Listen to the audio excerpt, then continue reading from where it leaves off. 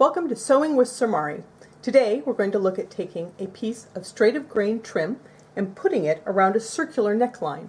This may be appropriate for adding trim to a tea tunic or onto a coat or another piece of garb. Often trim is a ribbon type of trim. In this case, this is a professionally manufactured one, and it is on the straight of grain and has no stretch. If it had a bias, then we could form it around the edge of this tunic fairly simply. Inkle woven trim, which is something we see a lot of in the society, is by its very nature straight of grain. It has the warp for where it was warped up onto the loom, and the weft where the shuttle has gone across taking the threads. But it makes it so that it does not bend easily without causing some puckering. So we're going to learn to manipulate that so that we can get it to lay as smooth as possible around the neckline. Some of the things that will make this work easier for you is the thinner the trim, the easier it is to manipulate, and the looser weave the trim, the easier it is to manipulate, because then where the warp and the weft come together will allow them to manipulate the bias of this piece, which is at a 45 degree to the warp and the weft, easier.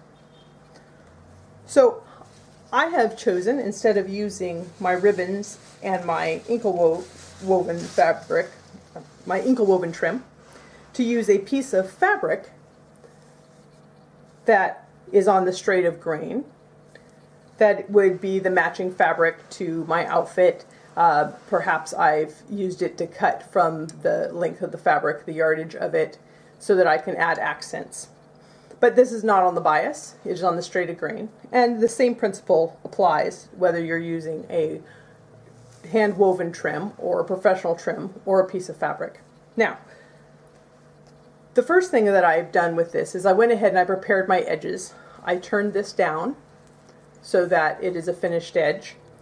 And on the edge that will become the inside of this neckline, I put a gathered thread. I used the longest stitch possible. There we go. I used the longest stitch possible so that I can now gather this up and tighten the inside edge, because the inside circumference of this circle is going to be less than the outer circumference where the trim will lay on the outside. I've also, on my tunic, ironed it so that I know where the center front is and I know where the center back seam is. And that will allow me to know where to start and stop my trim. So after sewing a straight line down the inside edge of my trim with the longest stitch length possible, I am going to gather this up. The way I'm going to do that is I'm going to pull one of the threads, either the top or the bottom, either one, and I'm actually pulling the fabric along that thread. I need a fairly sturdy thread because I need it to not break when I do this. And you can see that even with that little bit, I'm starting to get a curve here. So I'm going to hang on to my thread, I'm going to pull my fabric, and then I'm going to take these gathers as they're created and work them down the length of my trim. I want to use, after I measure to see approximately how much trim I think I'm going to need, I want to give it a little bit of extra, because if it's too long, you can always cut it off. If it's too short, then you have to start from scratch, and that's no good. If I was gathering these for a cuff or for a neckline to put into a ruffled shirt, I would do 2 or 3 lines of gather so that then I could have the gathers here be more symmetrical and lay straighter. However, because this is just a temporary fix in order to get my fabric to bend. Instead, I am using this with a single line. I can go to the other end of where my gathers are and gather from this edge as well.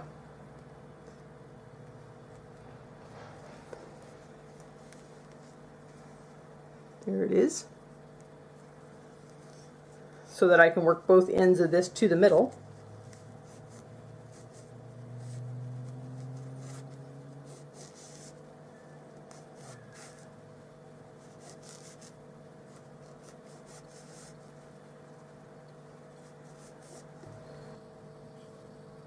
So I gather up my trim on this one edge until it is tight enough that you can see it is approximating the circle. Now I can make it a little bit tighter and then loosen it as I go, which is perfectly fine. I'm going to take my end and I'm going to place it here at the back. And I want the gathered edge to be in the small part of the neck, and then the outside of it to lay smooth. So I'm going to lay this as I go and use this curve. And if here you can see that's a little too tight there, I can feed it out a little bit so that this then lays in. And I'm pinning it directly to my ironing board because I'm going to use that surface to iron it. And if you don't have an ironing board that you can pin to, then you can use a thick towel or a bit of padding underneath to allow you to do this. You can see that I'm laying this directly here, and then as I get into here, I need to give a little bit looser, and so I move my gathers down just a little bit, and I'm making certain that this outside edge lays smooth. Be aware that the tighter the curve, the more gathered the inside edge needs to be. And it's just a matter of futzing with it as you go. Give it a little bit more, give it a little bit less, move your gathers down the line a little bit. But at this point, I want this outside to lay. Now if I have a keyhole opening, for instance, this may stop here, and then I may miter that corner and then go down the front of it.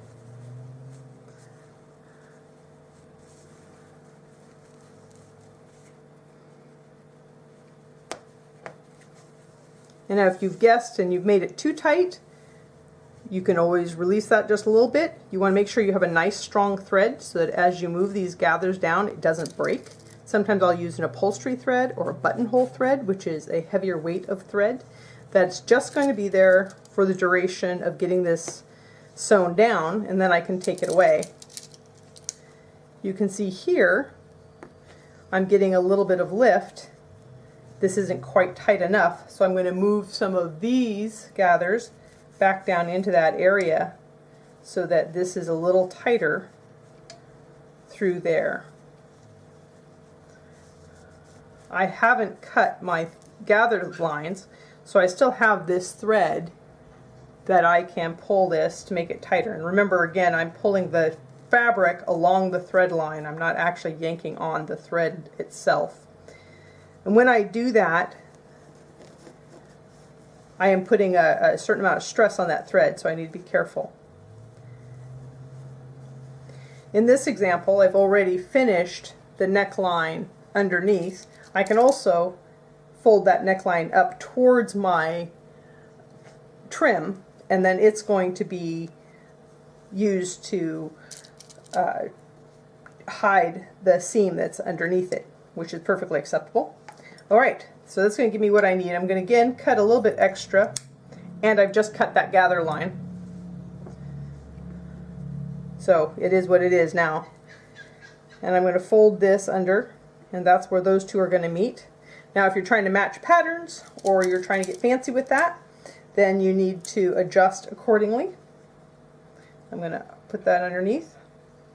Okay, so I have the basics of what I want here. I know that this is going to fit in, but I have a lot of wrinkles. So what I'm going to do is I'm going to press this. Now using an iron that is hot enough, as hot as you can go for the fabric that you're using. Do a test sample. Let me say this again. Do a test sample, because a lot of the non-SCA trim that you get commercially is made of acrylics, it's made of metal threads, it's made of things that will melt to your iron. And discovering at this point that it was too hot is not what you want to do. So I'm going to use the tip of my iron, and I'm going to go from the wide side of my trim into the narrow. And I'm going to have steam in my iron to do this. And you want to be careful because that steam will roll off directly into your fingers. I can move my pins around as I do this so that I can get into this area, smoothing that out and making that as flat as I can. You can also use a squirt bottle to give yourself a little bit of moisture in there, and that will turn to steam. And again, steam burns. We have no time to be going to the emergency department, so please don't burn yourself. And you can see here where I've worked this, how that's become very flat. I'll put my pin back in. I'm going to work this area here where it's very wrinkly.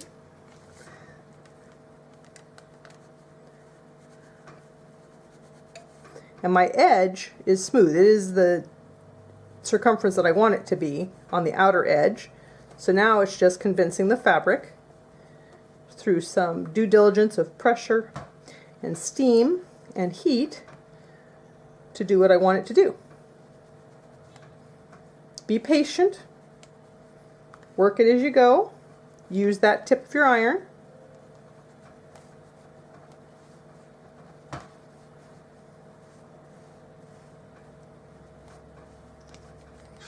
And you can see how it smooths out bit by bit as I go around.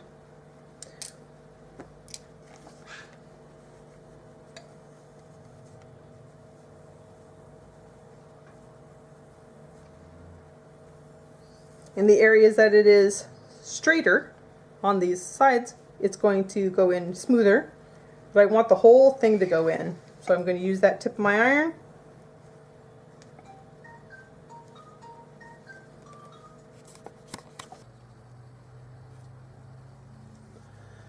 Once you are happy with the results and you've pressed and you've manipulated this, then you can go ahead and pin down your outside edge, sew that into place, whether by hand or by machine, and then you can give it another press, bringing all of your edges in, and you can sew your inside line.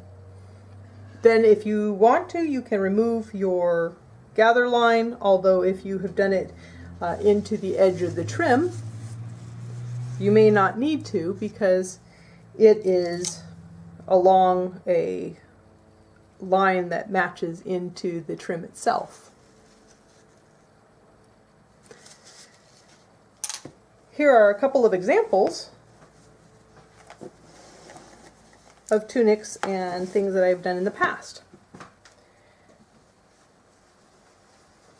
This is a Viking tunic done for Yevon with a very wide trim, and it took quite a bit of manipulation, and then as I sewed to gather this in, let's see if we get this, gathering that in as I sewed it into the neckline. And here, as it goes down the front, changing that up. This is a cloak that I've used the same technique with.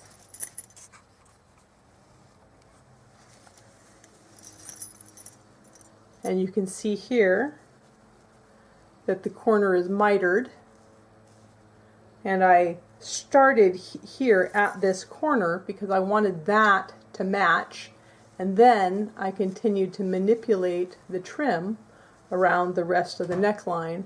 And you can see that I did this in several layers. I have a layer of black flannel, a layer of red velveteen, and then I have the trim itself.